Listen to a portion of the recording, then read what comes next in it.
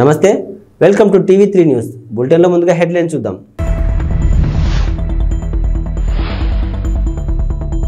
వచ్చేసిన AP inter ఫలితాలు ఈసారి కూడా బాలికల టాప్.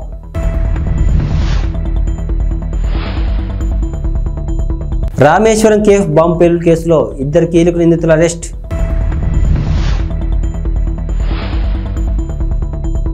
సెంటిమెంట్ కారణంగానే గతంలో కేసీఆర్ గెలిచారు, రేవూరి ప్రకాష్ రెడ్డి.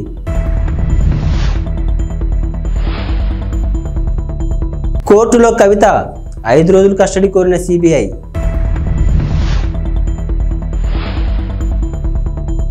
భద్రాద్రిలో 14న శ్రీరామ రక్షా స్తోత్రం ఆవిష్కరణ, నవమి నాడు భక్తులకు పంపిణీ.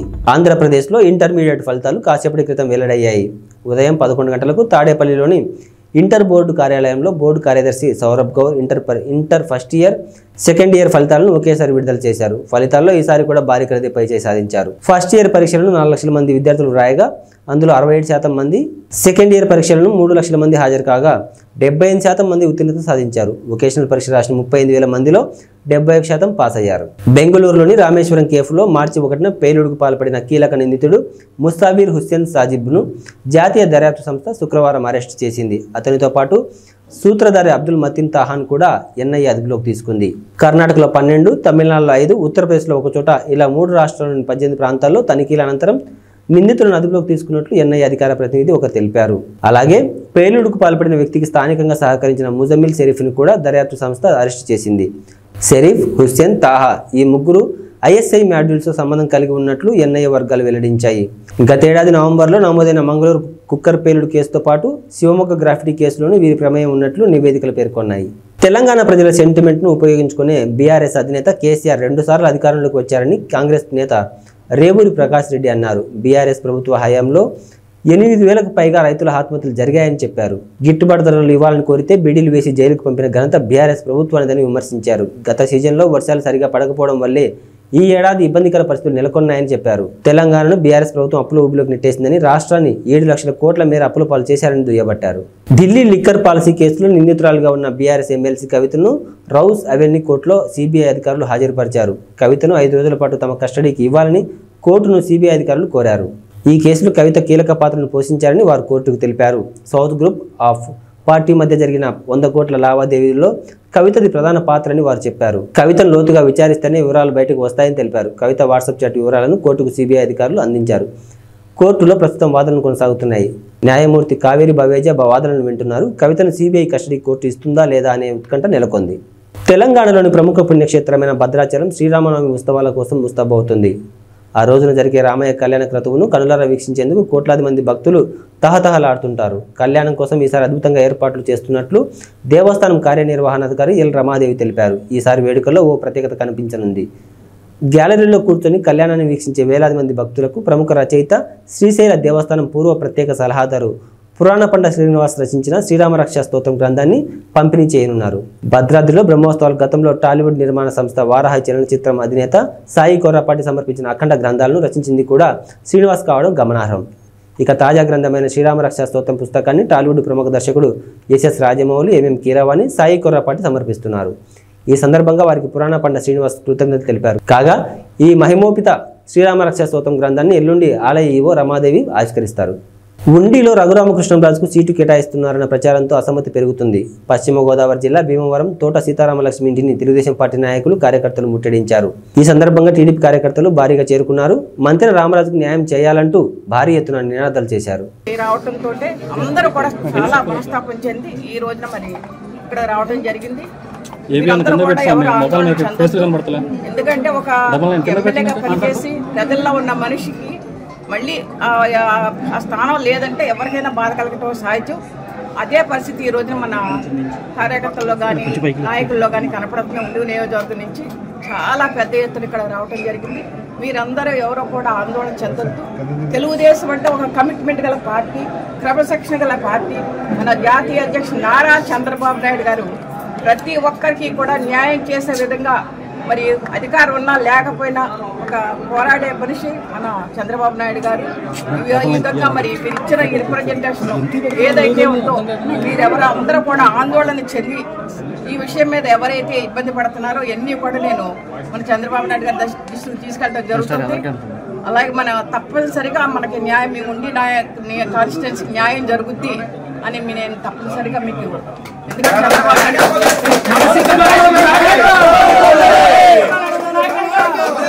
పెరవలి మండలం కానూరు గ్రామంలో గడప గడప కార్యక్రమంలో నిడదవోలు నియోజకవర్గ ఎమ్మెల్యే శ్రీనివాస నాయుడు తనయుడు వరుణ్ సాయి పాల్గొన్నారు. ఈ సందర్భంగా వరుణ్ సాయితో పాటు గ్రామ సర్పంచ్, గ్రామ ఎంపీటీసీ, గ్రామ పార్టీ అధ్యక్షులు, బూత్ కన్వీనర్లు, గృహ సారథులు, వైఎస్ఆర్సీపీ నాయకులు, కార్యకర్తలు పాల్గొన్నారు.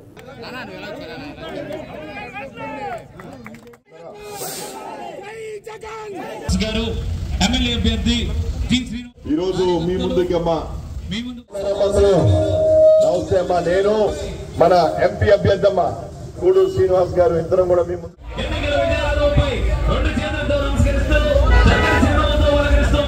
పథకాలు, అదేవిధంగా వాలంటీర్ వ్యవస్థ, సచివాలయ వ్యవస్థ అన్ని కూడా very good very good. Thank you అమ్మా, బాగున్నారా అమ్మా? మీ దీవెనతో మళ్ళీ తప్పకుండా గెలిచి మీ బాగున్నారు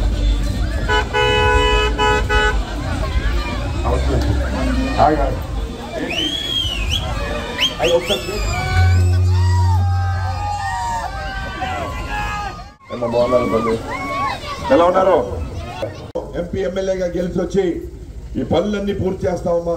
అదేవిధంగా ఈ ట్రైన్ కూడా చెప్పడం జరిగింది. అయితే ఒకటి గమని ఒక్కో మనిషికి 2 ఓట్లు ఇస్తారు. ఒకటి ఎంపీది, ఎంపీ ఓటు మొదటి ఓటు వస్తుందమ్మా.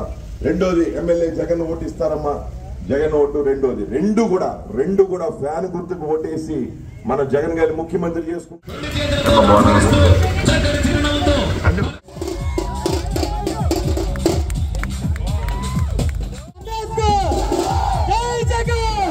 పశ్చిమ గోదావరి జిల్లాలో గతంలో నిర్వహించిన వారాహి యాత్రలో తణుకు టికెట్ విడివాడ రామచంద్రరావుకి పవన్ కళ్యాణ్ ప్రకటించారు. అయితే పొత్తులో భాగంగా తణుకు టికెట్ను టీడీపీ అభ్యర్థికి ప్రకటించిన వైనం అక్కడ చోటు చేసుకుంది.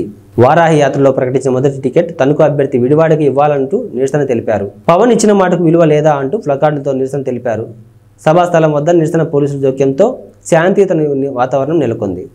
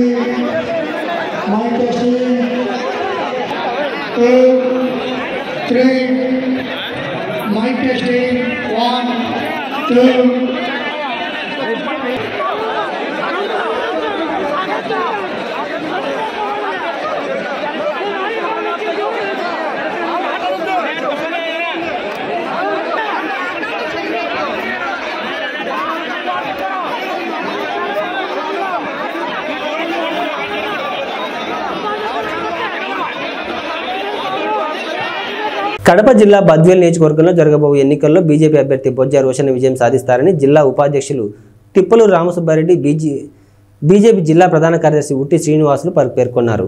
ఈ సందర్భంగా మాట్లాడుతూ రంజాన్ పండుగ సందర్భంగా ముస్లిం సోదరులకు శుభాకాంక్షలు తెలిపారు. జరగబోయే ఎన్నికల్లో బద్వేల్ నియోజకవర్గంలో తెలుగుదేశం, జనసేన పొత్తులో భాగంగా 3 ప్రధాన పార్టీల కలయికతో ఈ ఎన్నికల్లో విజయం సాధిస్తామని ధీమా వ్యక్తం చేశారు. పొత్తులో భాగంగా బద్వేల్ టికెట్ బొజ్జ రోషన్ను కేటాయించినందుకు బీజేపీ అధిష్టానానికి కృతజ్ఞతలు తెలిపారు. రాష్ట్రంలో తెలుగుదేశం మెజార్టీ సీట్లు సాధించి అధికారం ఏర్పాటు చేస్తుందని, కేంద్రంలో మోడీ ఆధ్వర్యంలో మరోమారు బీజేపీ అధికారం చేపడుతుందని వారన్నారు. చివరి క్షణం వరకు పోలింగ్ బూత్ మే 13 ఉంది కదా, చివరి క్షణం వరకు కష్టపడి ప్రజలు చైతన్యవంతులు చేసి కేంద్ర రాష్ట్ర ప్రభుత్వాలు తీసుకునే నిర్ణయాలను ఏదైతే మనకు సంక్షేమం, అభివృద్ధి కార్యక్రమాలను విశదీకరించి చెప్పి ప్రజలు మా వైపు తిప్పుకుంటామనే ధీమా మాకుంది. పార్టీలు కూడా కొంచెము భారతీయ జనతా పార్టీకి, జనసేన పార్టీకి కొంచెం సంఖ్యాబలం తక్కువ ఉంది నియోజకవర్గంలో. ఇది మీకు అందరికీ తెలిసిందే. ఎందుకంటే ప్రధాన ఏదైతే జిల్లా జనరల్ సెక్రటరీలు, మండల పార్టీ అధ్యక్షులు, మండల బూత్ లెవెల్ కమిటీలు ఉన్నాయి, కానీ సంఖ్యాబలం తెలుగుదేశం కన్నా మాకు తక్కువే ఉంది ప్రజెంట్ ఉండే సిచ్యువేషన్లో. కాకపోతే వారు కూడా మా మిత్రులే కదా, వాళ్ళు మేము అందరం కలిసి సూపర్గా మేము ప్రచారం చేసుకుంటూ పోతున్నాం. అందరికీ ఎక్కడ కూడా మాకు విభేదాలు కానీ ఎలాంటివి కూడా లేవు. ఇది చాలా సంతోషకరం. బద్వేలు నియోజకవర్గానికి శుభ పరిణామం. రైల్వే కోడూరు మండలం రెడ్డివారిపల్లి పంచాయతీ గాంధీనగర్ గుండాలపల్లి సింగిరివారిపల్లి నందు రైల్వే కోడూరు కూటమి ఎమ్మెల్యే అభ్యర్థి అరవ పలువురు నాయకులు కలిసి ఇంటింటి ప్రచారం నిర్వహించారు. ఈ సందర్భంగా ప్రజలకు బాబు పథకాల గురించి క్షుణ్ణంగా వివరించి చెప్పారు. ఈ కార్యక్రమంలో నాయకులు, కార్యకర్తలు పాల్గొన్నారు. MP sir Kiran Kumar sir, ఆయన గుర్తు చూసి కమలం గుర్తు, ఈ రెండు మీరు ఓటేస్తే చంద్రబాబు సీఎం అవుతారు. ఆయన వెంటనే మీ ఇంటికి ప్రతి సంవత్సరం 3 సిలిండర్లు ఫ్రీ వస్తాయి. చదువుకునే పిల్లలు ఉంటే 2 నెలలకు 30,000 వస్తుంది, 3 ఉంటే 45,000 వస్తుంది. పెద్దవాళ్ళకి ఎవరైనా ఉన్నారా ఇంట్లో? మీదేనా? మీకు ఆమెకి అక్కడికి అయితే ప్రతి నెల 500 రూపాయలు ఆ అకౌంట్లో పడుతుంది ప్రతి మహిళకి. చూసి గ్లాస్ గుర్తున్నా MP sir Kiran Kumar sir, ఆయన గుర్తు చూసి కమలం గుర్తు, ఈ రెండు మీరు ఓటేస్తే చంద్రబాబు సీఎం అవుతారు. ఆయన వెంటనే మీ ఇంటికి ప్రతి సంవత్సరం 3 సిలిండర్లు ఫ్రీ వస్తాయి. చదువుకునే పిల్లలు ఉంటే 2 నెలలకు 30,000 వస్తుంది, 3 ఉంటే 45,000 వస్తుంది. పెద్దవాళ్ళకి ఎవరైనా ఉన్నారా ఇంట్లో? మీదేనా? మీకు ఆమెకి అక్కడికి అయితే ప్రతి నెల 500 రూపాయలు ఆ అకౌంట్లో పడుతుంది ప్రతి మహిళకి. నేను రైల్వే కోర్టు జనసేన అభ్యర్థిగా పోటీ చేశాను. నా గుర్తు చూసి గ్యాస్ గుర్తుమా. కిరణ్ కుమార్ సార్ ఎంపీగా పోటీ చేశాడు. నేను గుర్తు చూసి కమలం గుర్తు, ఈ రెండింటికి ఓటేస్తే మన చంద్రబాబు సీఎం అవుతారు. ఆయన వెంటనే ప్రతి సంవత్సరం మీకు 3 సిలిండర్లు ఫ్రీ వస్తాయి. పెద్దవాళ్ళు ఎవరైనా ఉంటే 3,000 పెన్షన్ వస్తాయి. ఎడ్యుకేషన్ చదువుకున్న వాళ్ళ పిల్లలు ఎవరైనా ఉంటే ప్రతి సంవత్సరం 5,000 వస్తాయి కదా. ఎంతమంది ఉంటే అంతమందికి 5,000 లెక్కన మీ అకౌంట్లో పట్టాము. తప్పకుండా గ్యాస్ గారికి కమలం గుర్తు. జై జనసేన. జై జనసేన. పాణ్యం నియోజకవర్గం నుండి కల్లూరు శ్రీ చౌడేశ్వరి శుంకులా పరమేశ్వరి అమ్మవారి జాతర సందర్భంగా కల్లూరు రైతు సంఘం ఆధ్వర్యంలో వివిధ ప్రాంతాలకు చెందిన ఎద్దులతో బండలాగుడు పోటీ కార్యక్రమాన్ని నిర్వహించారు. ఈ సందర్భంగా వారు మాట్లాడుతూ ఇది ఒక ఆనవాయితీగా వస్తుందని, ప్రతి సంవత్సరంలాగే ఈ సంవత్సరం కూడా అత్యంత అద్భుతంగా జరుగుతుందని, ఇందుకు సహకరిస్తున్న ప్రతి ఒక్కరికి ప్రత్యేక ధన్యవాదాలు తెలియజేశారు.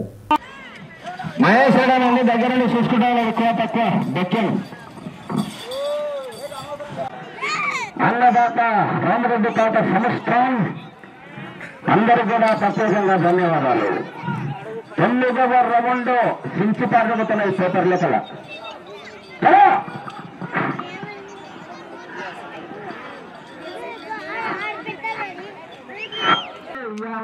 మళ్ళీ కింద 45 మొత్తం కొట్టాలని పెట్టినాడు.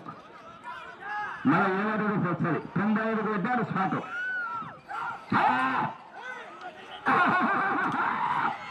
అందరికీ నమస్కారం.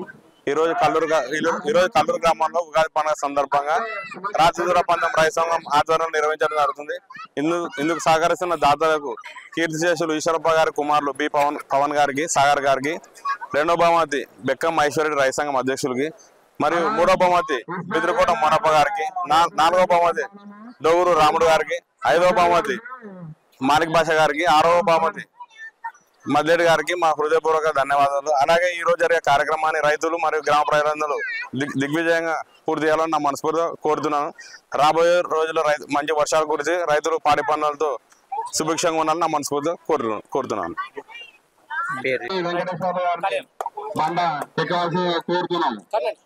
అందరికీ నమస్కారం. నా పేరు పవన్ కుమార్. కల్లూరు శుంకులా పరమేశ్వరి మరియు చౌడేశ్వరి దేవి ఉత్సవాల సందర్భంగా గత 40 సంవత్సరాలుగా కల్లూరులో ఈ బండలాగుడు పంద్యాలు నిర్వహించడం జరుగుతుంది. ఇంతకుముందు గిరిక పందాలు పెట్టేవారు పూర్వము. తర్వాత రాను కాలక్రమేణా అది బండలాగుడు ప్రోగ్రాంగా మారిపోయింది. దీన్ని మా నాన్నగారైనటువంటి శ్రీ పి ఈశ్వరప్ప గారు 40 సంవత్సరాల క్రితం దీన్ని మొదలు పెట్టారు. ఆయన చనిపోయిన తర్వాత కూడా గత 7 సంవత్సరాలుగా ఆ నవాయితీని కొనసాగిస్తూ ఆయన కుమారులమైనటువంటి మా అన్నగారు బి సాగర్ కుమార్ మరియు నా పేరు బి పవన్ కుమార్, మేము ఈ మొదటి బహుమతిని ఇవ్వడం జరుగుతుంది. ఈ కార్యక్రమాన్ని ఇంత పెద్ద ఎత్తున దీన్ని సక్సెస్ చేసినందుకు మా గ్రామ ప్రజలకు, రైతు సంఘం వారికి, కల్లూరు గ్రామ పెద్దలకు అందరికీ పేరు పేరున ధన్యవాదాలు తెలియజేసుకుంటున్నాము. అంతేకాకుండా ఈ కార్యక్రమానికి అన్నదానము మరియు మా పొద్దున టిఫిన్ కార్యక్రమము ఇదంతా దీనికి సహాయ సహకారాలు అందించినటువంటి శ్రీ అవధూత రామరెడ్డి తాత సంస్థాన్ వారికి ప్రత్యేకంగా ధన్యవాదాలు తెలియజేసుకుంటున్నాం. ఈ కార్యక్రమాన్ని ఇంత పెద్ద ఎత్తున ముందుకు తీసుకెళ్ళడానికి సహకరిస్తున్నటువంటి అందరికీ, అలాగే మీడియా వారికి కూడా స్పెషల్గా ధన్యవాదాలు తెలియజేసుకుంటున్నాం. Thank you. చిరంజీవికి ఈ జగన్ రెడ్డికి పోలిక అని చంద్రబాబు నాయుడు విమర్శించారు. చిరంజీవిని, రాజమౌళిని, ఇతర సినీ హీరోలను ఇంటికి పిలిచి జగన్ రెడ్డి ఎలా అవమానించాడు చూశాం కదా అని అన్నారు. ఇంటికి పిలిపించుకొని చిరంజీవిని, సినిమా ఇండస్ట్రీ పెద్దలని అవమానించాడని చంద్రబాబు గుర్తు చేశాడు. అహంకారం పనికిరాదు. ఒక్క విషయం చెప్తున్నా మీకు, కోనసీమలో చిరంజీవికి జగన్మోహన్ రెడ్డికి కంపారిజన్ ఉందా తమ్ముళ్ళు? కంపారిజన్ ఉందా అని అడుగుతున్నా మిమ్మల్ని, ఉందా అని అడుగుతున్నా.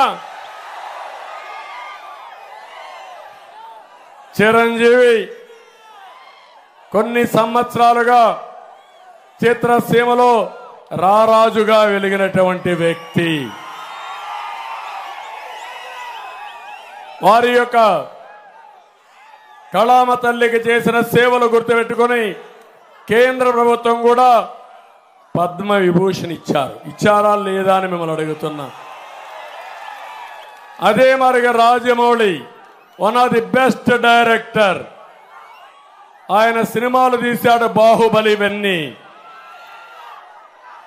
త్రిపుల్ ఆర్ కూడా మన తీశాడు. ఆయనకు కూడా పద్మభూషణ్ ఇచ్చారు. అలాంటి మహామహుల్ని, సినిమా హీరోల్ని పిలిపించి ఇంటి దగ్గర అవమానం చేసిన విధానం ఒక్కసారి మీరు గుర్తుపెట్టుకోవాలి. నేను 14 సంవత్సరాల ముఖ్యమంత్రిగా ఉన్నా. ఏ నటుడు కూడా నేను అవమానం చేయలా. నటుల్ని గౌరవించిన సంస్కారం మాది. పవన్ కళ్యాణ్ గారి సినిమాలు వస్తే కనీసం సినిమాల్లో ఆడడానికి రేట్లు కూడా ఇవ్వని దుర్మార్గుడు ఈ జగన్మోహన్ రెడ్డి. అంటే మనమందరం ఆయనకు బానిసలు కాబట్టి ఆయనకు ఊడిగం చేస్తే మన సినిమాకు రేట్ ఇస్తాడు. వీళ్ళ అబ్బా సొత్తు, వీళ్ళ నాయన సొత్తు అనుకున్నాడు. అలాంటిది చిరంజీవి గారిని, సినిమా ఇండస్ట్రీ మొత్తాన్ని అవమానం చేసిన వ్యక్తి, అహంకారైనటువంటి వ్యక్తి ఈ దుర్మార్గుడు. కానీ పవన్ కళ్యాణ్ గారిని నేను అభినందిస్తున్నా, బాలకృష్ణని అభినందిస్తున్నా. నీ సినిమాలు ఏమైనా చేసుకో, ఆడగనకపోతే చూసుకుంటాం, నాకు మెరిట్ ఉంటే ఆడతాయని చెప్పిన వ్యక్తులు పవన్ కళ్యాణ్ గారు అని చెప్పి కూడా నేను మీకు తెలియజేస్తున్నా. ఒక సంస్కారం ఉండాలి, కుసంస్కారం మంచిది కాదు. అందుకే మీరు ఆలోచించుకోవాలి. సంస్కారం లేని వాళ్ళు అదే అంటారు పెద్దవాళ్ళు సుభత్ శతకంలో, సునకాన్ని తీసుకుపోయి సింహాసనం పైన కూర్చొని పెడితే దాని బుద్ధి మారదని. అదే జరిగింది రాష్ట్రంలో.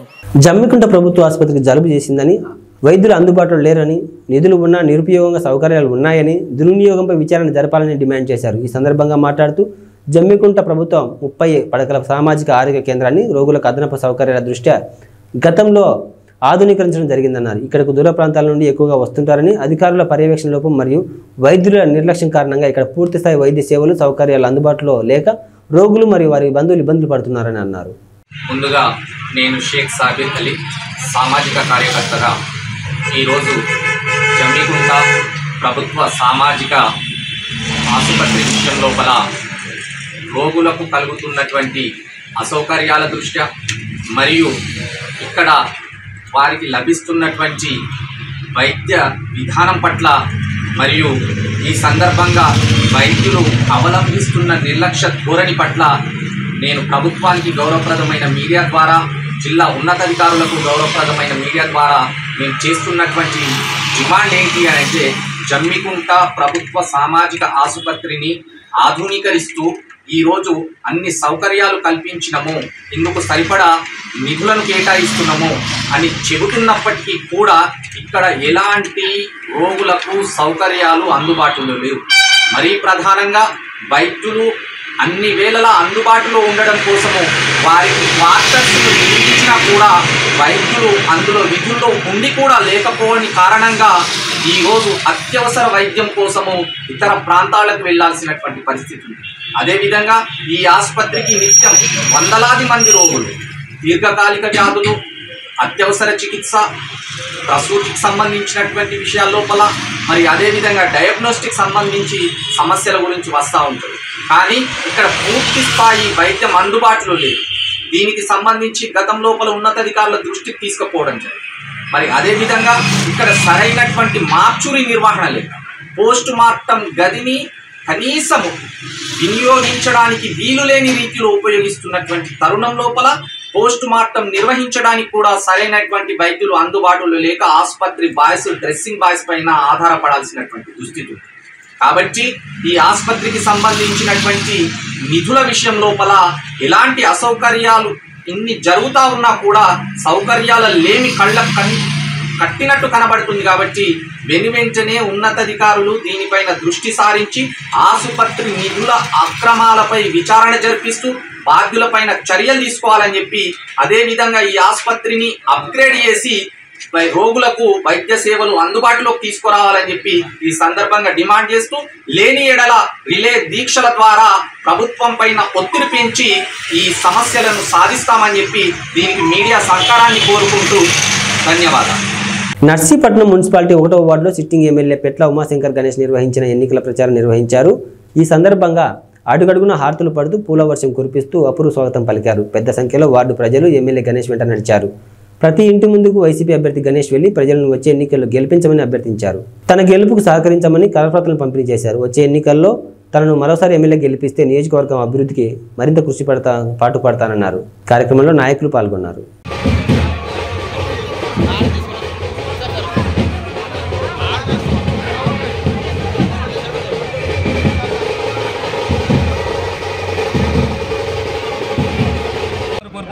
రేపు ఎట్టి బస్సులు కూడా మే 13 జరిగే ఎన్నికల్లో బ్రహ్మాండ మెజార్టీతో ఇక్కడ 30,000 పైగా మెజార్టీతో ఇక్కడ నర్సీపట్నం నియోజక ప్రజలు మరి వైఎస్ఆర్ కాంగ్రెస్ పార్టీ జెండా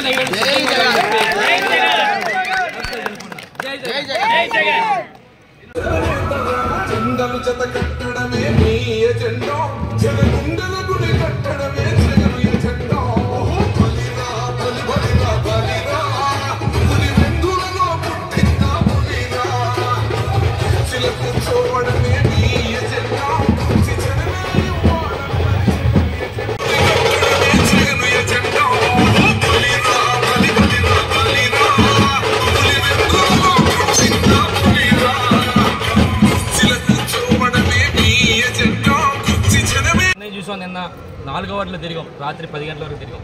అంటే ఎంత విపరీతం అంటే బ్రహ్మాండంగా జగనన్న ముఖ్యమంత్రి చేసుకోవాలని చెప్పి ప్రతి ఒక్కరు కూడా ప్రతి ఇంటి దగ్గర నుంచి కూడా బయటకు వచ్చి మరి జగనన్న ముఖ్యమంత్రి చేసుకోవాలని చెప్పి పెద్ద ఎత్తున నిరాధనలు పలికారు రాత్రితో కూడా. అదేవిధంగా ఇప్పుడు ఉదయం నుంచి కూడా 1వ వార్డులో కూడా మరి బ్రహ్మాండంగా చేస్తాం. ఎందుకంటే ఈ రోజు చూస్తే ఈ వార్డులో మరి గత తెలుగుదేశం ప్రభుత్వంలో చేయలేని రోడ్లన్నీ కూడా ఈరోజు బ్రహ్మాండం రోడ్లు కూడా ఇక్కడ వేసాం. అంటే ఒక 5 సంవత్సరాలు మాకు టైం ఇస్తేనే బ్రహ్మాండం రోడ్లు వేసామన్న సంగతి మీ ద్వారా తెలియపరుస్తూ ఒకసారి అందరూ తెలియపరచాలి. నిన్న మొన్న మరి అయ్యన్న భద్ర మాట్లాడుతూ ఉంటాడు, చాలా పెద్ద మాట్లాడతాడు, నేను అవినీతి పరుని కాదు, ఒక్క పైసా చేయలేదు అని చెప్పి అంటాడు. ఈరోజు ఆయన అవినీతి పరుడా కాదని చెప్పి ఈరోజు మన నర్సీపట్నం నియోజకవర్గం కాదు రాష్ట్ర వ్యాప్తంగా ప్రజాపం చేసి కొన్ని వందల కోట్ల రూపాయలు తెలుగుదేశం పార్టీ హయాంలో మరి తెలుగుదేశం ప్రభుత్వంలో మంత్రిగా చేసి కొన్ని వందల కోట్ల రూపాయలు ఒక 200 ఎకరాల రిసార్ట్స్ కానీ 100 ఎకరాల బినామీలు కానీ కొన్ని పెద్ద పెద్ద బిల్డింగ్స్ కానీ ఇలాగా ఎన్నో వందల కోట్ల రూపాయలు మరి ఆస్తిపరుడు. ఈరోజు నిన్న కూడా చెప్పాను నేను 1994లో అందరూ డబ్బులు కూడి ఒక జీప్ ఇస్తే ఈరోజు ప్రతి ఇంటికి కూడా జీప్ ఇచ్చే పరిస్థితి అయిన పద్ధతికి వచ్చిందని చెప్పి నిన్న కూడా చెప్పడం జరిగింది. మరి నేను ఒకటి చెప్పాలి, ఇందులో మెయిన్ ముఖ్యంగా ఒక స్కామ్ కూడా ఉంది. తెలుగుదేశం ప్రభుత్వ హయాంలో 2015లో నారావారి లెక్కర్ స్కామ్ అని ఒక లెక్కర్ స్కామ్ ఉంది.